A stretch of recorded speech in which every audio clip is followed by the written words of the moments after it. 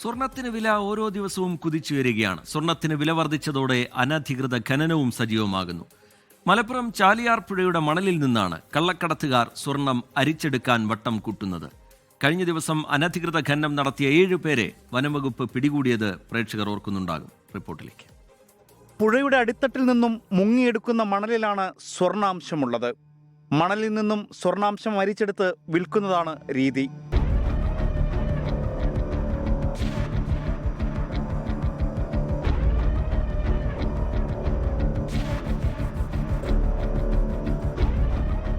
നിരവധി ആദിവാസി കുടുംബങ്ങൾ ഇതൊരു ഉപജീവനമായി കാണുന്നുമുണ്ട്. എന്നാൽ സ്വർണത്തിന് വില വർദ്ധിച്ചതോടെ വൻതോതിൽ സ്വർണം അരിച്ചെടുക്കാനുള്ള ശ്രമവുമുണ്ട്. മോട്ടോർ പമ്പ് സെറ്റ് ഉപയോഗിച്ച് മണലൂറ്റി സ്വർണം അരിച്ചെടുത്ത 7 പേരെ വനംവകുപ്പ് പിടികൂടിയിരുന്നു.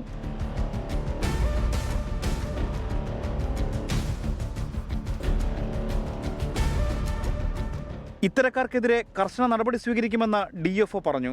സ്വർണ്ണഖനനവുമായിട്ട് ബന്ധപ്പെട്ടിട്ട് നിലമ്പൂർ റേഞ്ചിൽ നല്ലൊരു കേസെടുത്തുണ്ടായിരുന്നു.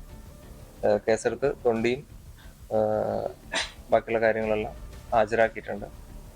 ഇതുമായിട്ട് ബന്ധപ്പെട്ട് റേഞ്ചിൽ തുടരന്വേഷണം ശക്തമാക്കാനാണ് നമ്മൾ ഉദ്ദേശിക്കുന്നത്.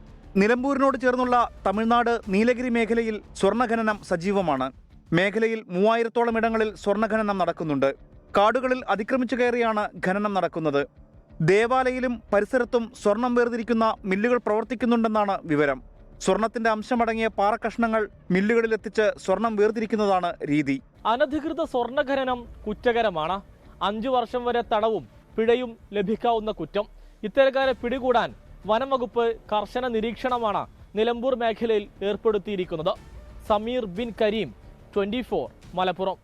ലോകത്തെവിടെയായാലും ഏത് സമയത്തും 24 വാർത്തകളും ഓഗ്മെന്റഡ് റിയാലിറ്റി പാക്കേജുകളും എക്സ്പ്ലെയിനറുകളും വിശദമായി കാണാൻ ഞങ്ങളുടെ യൂട്യൂബ് ചാനൽ നിങ്ങൾക്ക് സബ്സ്ക്രൈബ് ചെയ്യാം.